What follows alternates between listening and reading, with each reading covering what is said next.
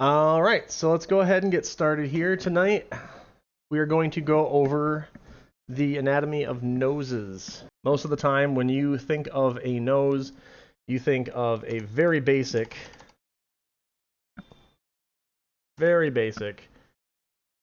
something like this, and usually something like this with this. That is a simplified nose. That's generally the style of nose that I draw. Again, as we've discussed before, style is just simply the simplification of realism. Generally, a nose is a very it's a very complex thing, especially when you start getting into different angles. Um, a 3/4 angle nose is weird. There's no real way to put it otherwise. If you have a facial structure at 3/4 angle, the nose sits kind of like this, and then you have like, okay, here's the front of the nose, and then this kind of comes back like this, and then you have this part of the nose over here, which kind of comes back like this, and then you have the nostril that comes up like this, and then you have kind of over here a little bit of the nostril that comes over there. This kind of comes over here as well. And then you have this over here. Then you have kind of the bridge of the nose over here. This kind of comes over here like this. You have this over here. And then over here, you have the back of the head that starts to actually cover up its own facial features as it comes down. And then you have nasolabial creases that come over here. Then you have this part of it. And then you have the lips of the person like this. It's a very complex structure. And there's a reason it's simplified, because it's a pain in the ass to draw it in full detail every single time. That being said, we're going to go ahead and I'm just going to jump right into it because we've already covered most of the preliminary stuff with the previous videos. So we're going to jump right into drawing. Now, what we're going to be doing here is a combination of nose and mouth. And the reason for that is there's a lot of very specific aspects of the mouth that will affect how the nose looks and vice versa. So you might notice on this particular page here, she has a very somber expression going on here. Her mouth is not pulled back like this. So therefore, any of the creases that normally you would see coming from the side of the nose here are very subdued. There's almost no real harsh shadowing there, and that's important because when you smile, you get what's known as laugh lines, or deep nasolabial creases. And those actually, as you pull your lips back in space, those get deeper and darker. And that's when you see, a lot of times you'll see on especially drawings that I do, when somebody's pulling their lips back in any capacity, you have these really deep, dark lines like right here, and then they even come down into here a bit more. And that's because the actual lips themselves are pulling back into that space. The harder the lips pull back into that space, the more those are going to be present, the more those are going to show. So what we're going to do here is we're just going to do the same thing that we did before, and we're just going to render this in value as best we can. So we're going to say here are the sides of our nose, right here, right? And then because we have this measurement, now I can say the mouth is about right here in regards to how wide it is. And then we're going to start to flesh out the shape of the nose. I usually start with the outside of the nostrils when I'm doing a front view like this. Make sure again that you're looking at the rest of your image as well, because you're measuring everything that you're doing against everything else that's on the page there. So you see down here, this line right here is this line right here. So I'm going to go a little bit higher here for the septum. Come out like so.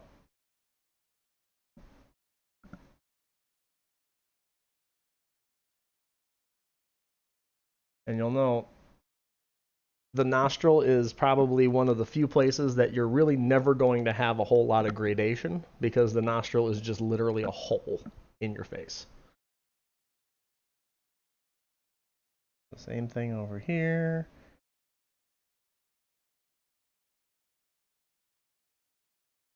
And one thing that most people find a bit surprising is exactly how much you actually see of the nostrils on most noses. The nostrils are not actually as downturned as most people look at. They're usually pretty up and about. You can usually see a fair amount of it on the nose itself. And then the front of the nose usually has a rounded point on it. And then the bottom of the septum is usually pretty well enshadowed as well. Like so. Take that out. Now, you'll notice that there's a highlight there, and I'm actually going to borrow a trick that Falco was using there for most of his stuff, and we're going to put a gray background on it. So that way I can come through with white and actually color in where these highlights are. So we've got a highlight right here. It's a pretty decent specular highlight, so got a lot of brightness to it. And then the outside of this nostril here, so, and then a little bit on the edge of this nostril here. And there's a couple of areas internally here where they kind of bring up a little bit, but for the most part you have just a general highlight right in the middle. And that's usually pretty blocky. That particular flat part of the front of your nose there, if you stick your finger on the front of your nose, you'll feel that bone. That bone is actually part of your skull. Only the very tip of your nose is actually cartilage. The rest of that is a bone, and it's actually holding open your nasal cavity. So there's a fair amount of space behind here. And that's where you start getting these long, drawn-out shadows that kind of come down like this. That shadowing is because there is, in fact, a cavity behind there that's being represented. How you breathe.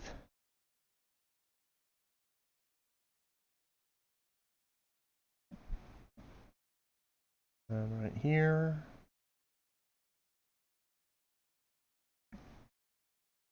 There's a little bit of a shadow that comes down like that. And then kind of fades up into itself there. So, again, I'm not doing a hyper amazing render. I'm just going through and showing you the kind of the basics of how you start to render out these particular shapes.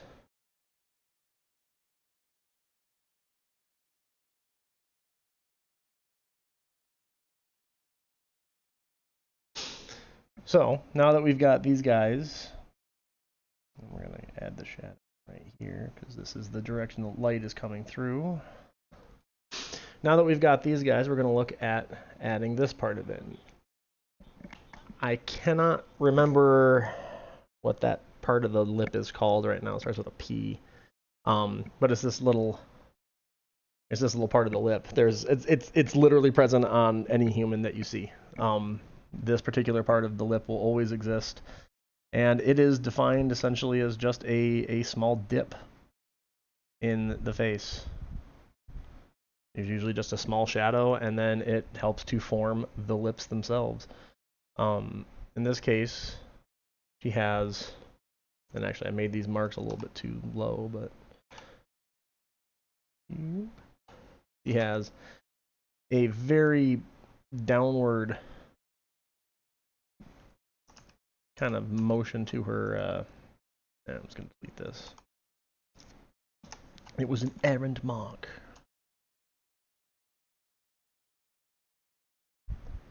It comes right here, and then she just has a downward slope like this.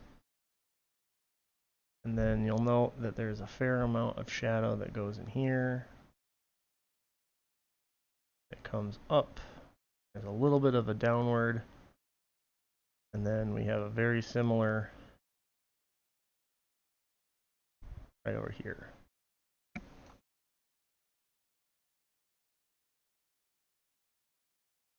And then for the bottom lip,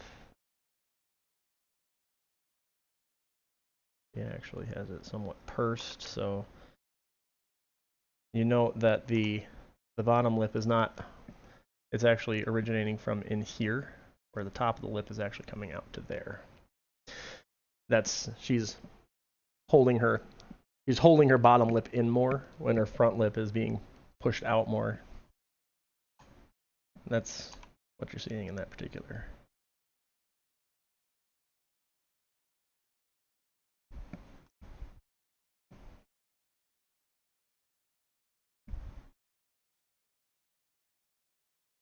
Okay, come on.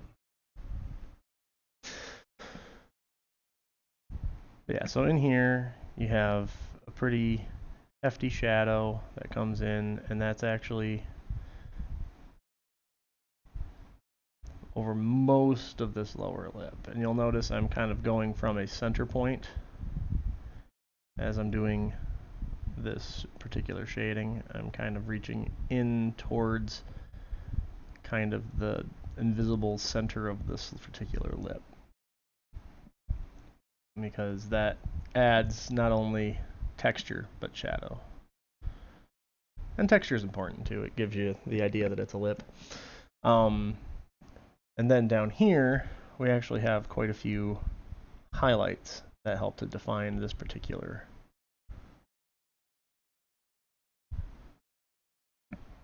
lip as well.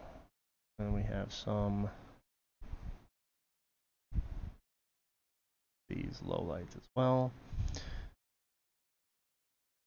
Over here we have a fairly heavy shadow. And the same thing over here.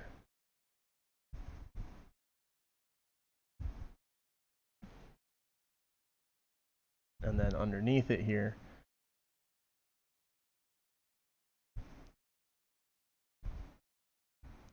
shadow extends a bit out on both sides, like so.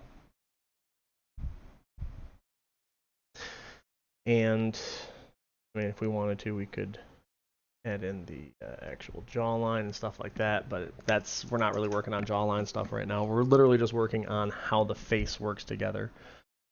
So, as I discussed before, there isn't really a whole lot in regards to nasolabial creases here, but there is a slight shading on this particular part of the lip, and there is a little bit of shading, or rather shadowing, here. Then there's some highlights. We have a little bit of highlight right there. We have a little bit of highlight right in here. Coming down to here. Add up a little bit more.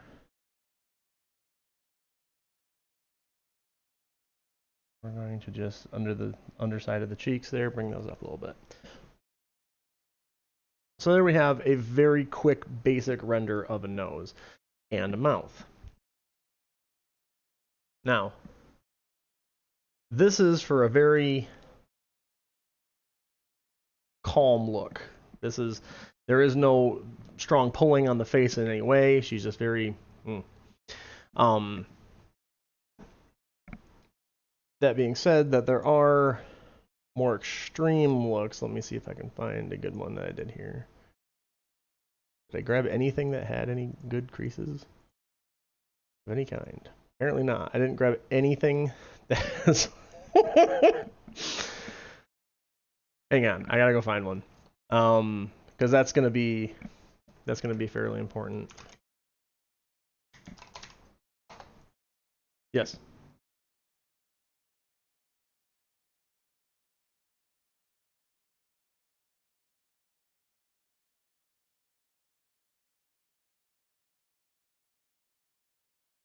Oh.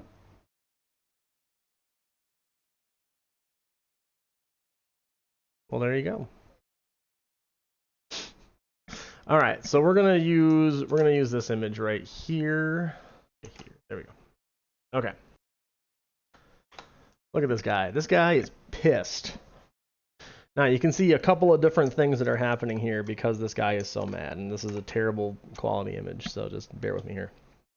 So you'll note that the angle of, oh, that's the wrong color brush. You'll note the angle of the nostrils are increased, and that is due to the fact that this particular muscle and this particular muscle are pulling upward toward the eyes. All right, so that's actually pulling all the way up there, and that's also increasing this particular all the way down here. You'll notice that these creases are now incredibly noticeable. You also have a lot more wrinkling on the nose. This particular function, the scrunching of the nose up, actually shortens the overall distance that you have for this particular part of the nose right here. And this particular part of the nose ends up actually being pulled up a lot flatter. Again, I'm probably not going to actually render this one out. This is just for example for you to see. The lips in this particular case, you'll notice that they are a lot thinner now. They're being pulled very taut over the face here. And the same thing down here. The actual lip is very tautly pulled, right? And you'll notice that internally here, the shadowing is also a lot more extreme. So you have shadows on either side here, but then you also have really bright highlights because you're actually pulling and you're creating a lot more extreme angles to the face itself. So right here you have a highlight because the lips are being pushed outward as the cheeks are being pulled around it. So it gets you a lot more.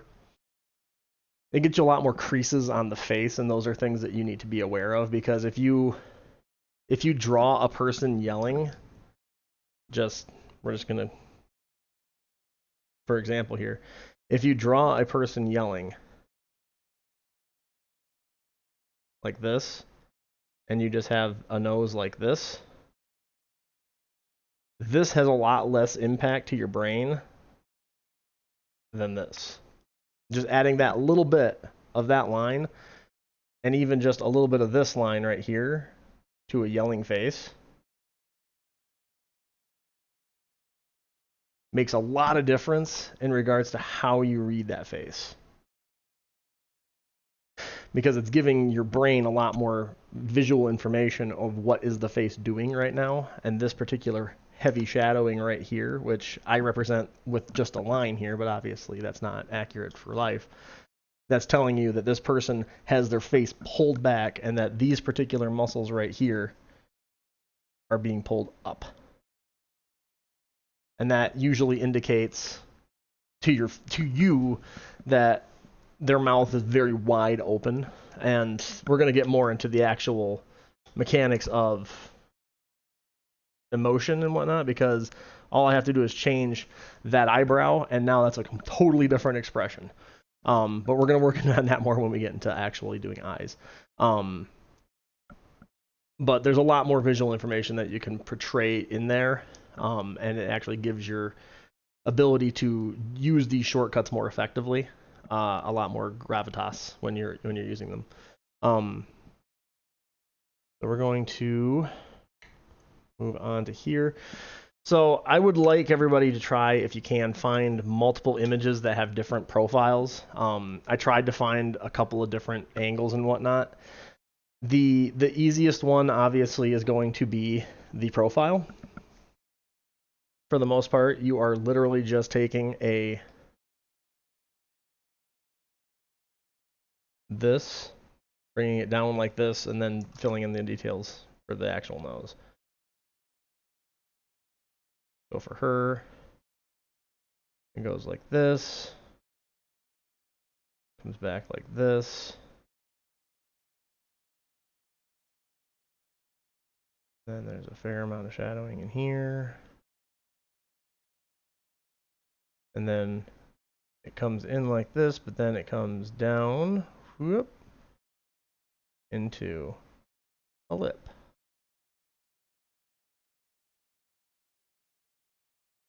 And then you can actually see that right here, our lip comes in like this. Got a fairly prominent fin going forward. So this kind of nose right here is generally pretty easy because there isn't a whole lot of there isn't a whole lot of detail to render within this. That being said, that doesn't mean that there is no detail to render. I could spend a lot of time going through here and doing the small minute shadows and coming through and doing a lot of the highlighting and whatnot, and I could go through and I could do the dark background on it and doing the highlights and all that kind of stuff. But for the most part, yeah, noses generally that are in profile are pretty simple. As long as you understand the basic structure of the nose. In this particular instance, you have this type of pyramid right here, comes in, goes back, comes out, like so. That's really the shape of a nose. That is, you just have to know where you're applying it and what shape it's taking. If you wanted to make something that was more arched, that's super easy. You just do like this, and then you say, I want to bring it out like this. Same basic principle as this, as this. And now you have a more arched nose like this. If you say you wanted to have one that does like this, super easy. Same basic principle. Once you get the underlying anatomy down, the shape of it is going to be the thing that has the most variation to it. And that's really going to be where having a good source of reference images from all different types of noses is going to come in really super handy for you. We're going to move on here to this next one. Again,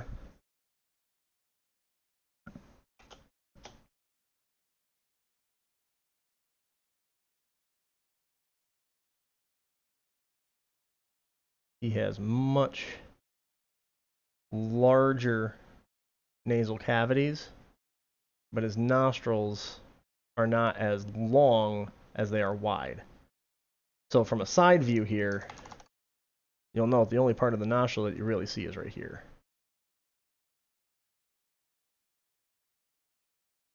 And then pretty much the entire bottom of the nose is shadowed here.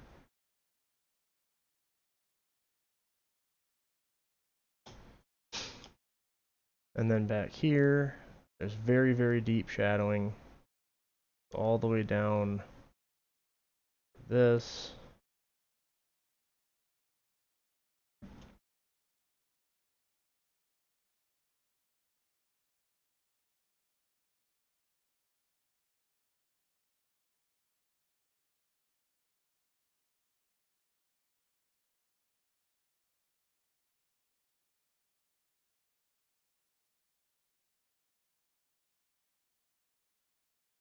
And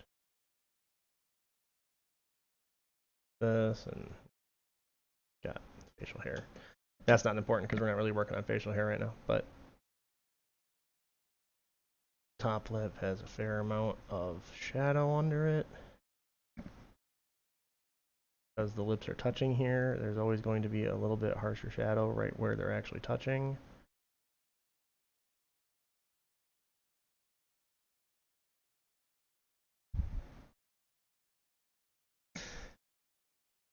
Down.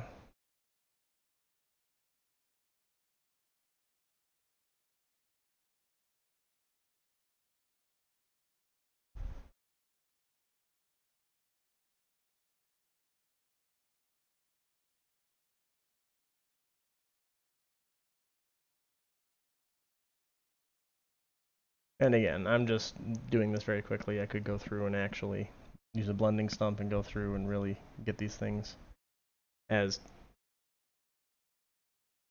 tight as I would want, but for the most part, it's just a study. I'm just trying to get the basic forms down, where the light's falling, how it's falling.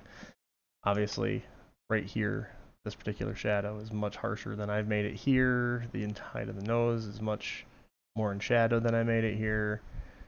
But that's all, like I say, tweaking, doing things, going through. But the important part is, how does this nose function? Well, it's got this kind of a shape to it, got this part of it, and then it's got this part of it. So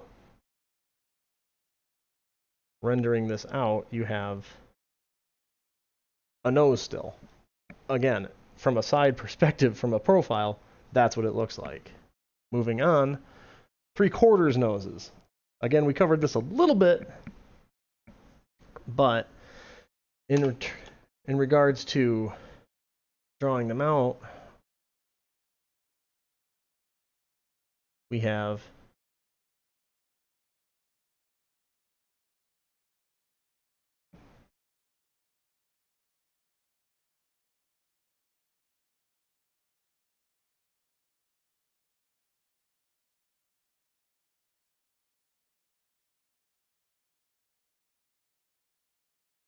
this.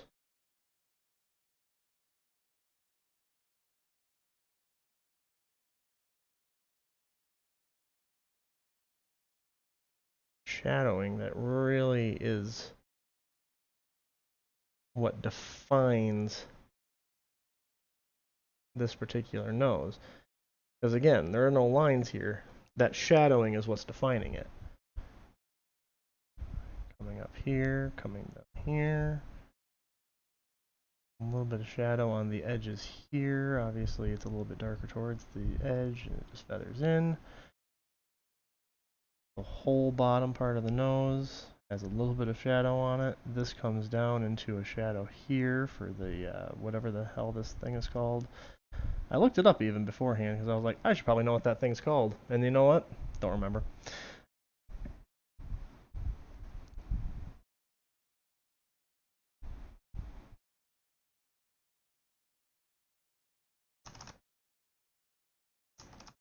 This lip, because of the angle, you're actually seeing a lot more of the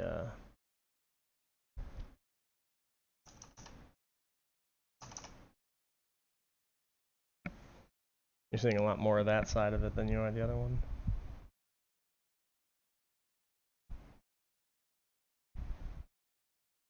Lips are hard. I won't sugarcoat that. Lips are definitely one of the more difficult parts of human anatomy to get correct. Mostly because we look at faces for all of our emotional cues. And if you see a lip that is doing something specific, it will give you information about the person. Even if you do it wrong, it gives you incorrect information about the person's mood, what they're thinking, what they're feeling. One misstep, you can make somebody who looks concerned look horny. It's just, you gotta be careful with that, because especially if you're doing it for like commissioned work, or if it's a scene that they probably shouldn't be horny in, you really don't want them to accidentally look horny. Because then people start thinking, wow, that person's got to have like some kind of weird fetish or something,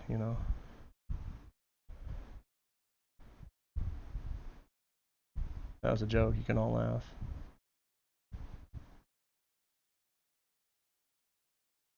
No, don't all laugh at once. It's fine.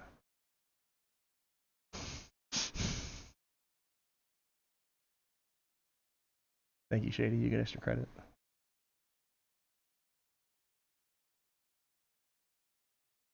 But, yeah, so we're just going to kind of...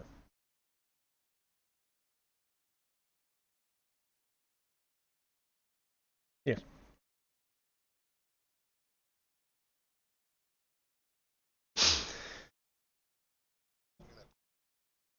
Yes, it is. It is something. I mean, you'll notice that there are some people who have much shorter distances, and there are some people who have much longer distances. Usually, people who have longer distances, you will note, are usually the people who grow mustaches.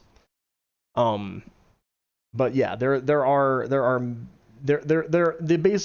basic rule is usually about the distance that this is usually about the same distance that this is. So, and that was really bad, but like to the top of the nostril is usually about the same length that you're going to have to the top of the lip there.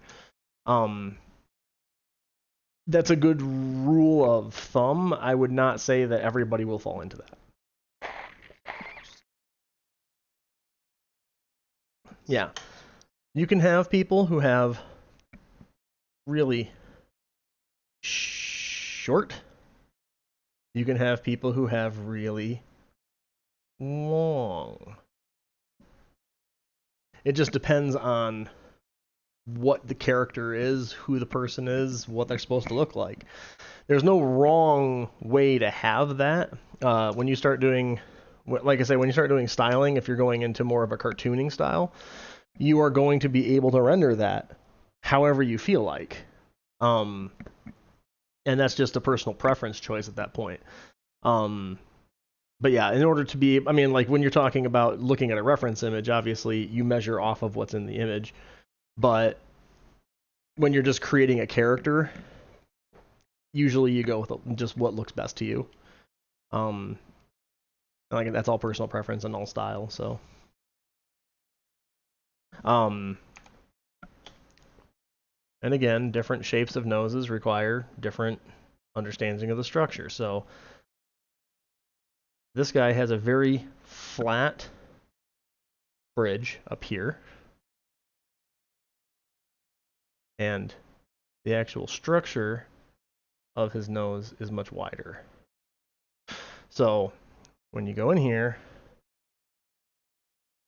you have this, you have this, you have the front of the nose here, you have this part of the nose, this, and then once you get to this point of it, the actual top of the nostrils here, they kind of just come up into a very flat, it's not really a harsh shadow, it's a rolling shadow that kind of comes down like this. And it feathers in and it comes down and it goes into a harsh shadow in here for that. But overall, this shadow is not a super harsh shadow because the nose itself doesn't have a harsh edge to be casting light down over it. Same thing over here. We're going to take out this line here. Like so. Then the tip of the nose has some shading here. Here.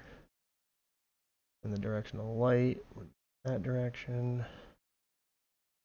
Beneath of the nose gets shaded here. And that is how you'd structure that particular nose. And that's what I was saying in terms of the structure of noses. They're all very different and they have such a variability in what they can do and how they can look.